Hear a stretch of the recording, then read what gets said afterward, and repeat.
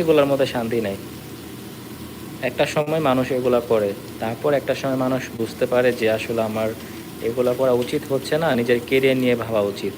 আমি কিন্তু আগে ভাই কিছুই করি নাই, ঠিক আছে? আমি এই বাইরে কান্ট্রিতে আসার আগে আমি একটা গ্লাসে পানি পানি পানি নিয়েও আমি খাই নাই, বুঝছেন? বাইক নিয়ে ঘোরাফেরা করছি, ঘোরাফেরা এখানে গেছি এখানে গেছি, বাবার টাকা নষ্ট করছি।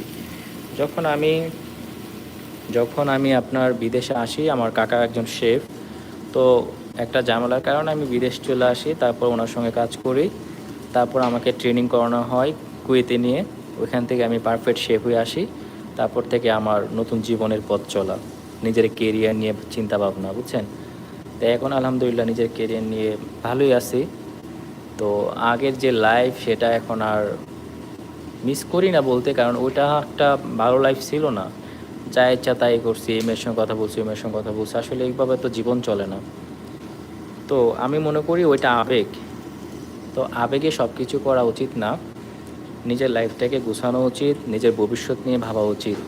আর জীবনে প্রচুর টাকা কামানো উচিত, কারণ আপনি যত টাকা কামাবেন, যত টাকা ইনকাম করবেন, আপনার জীবনে ততটাই সফলতা আসবে এবং আপনি ততটাই হ্যাপি থাকবেন আমি মনে করি।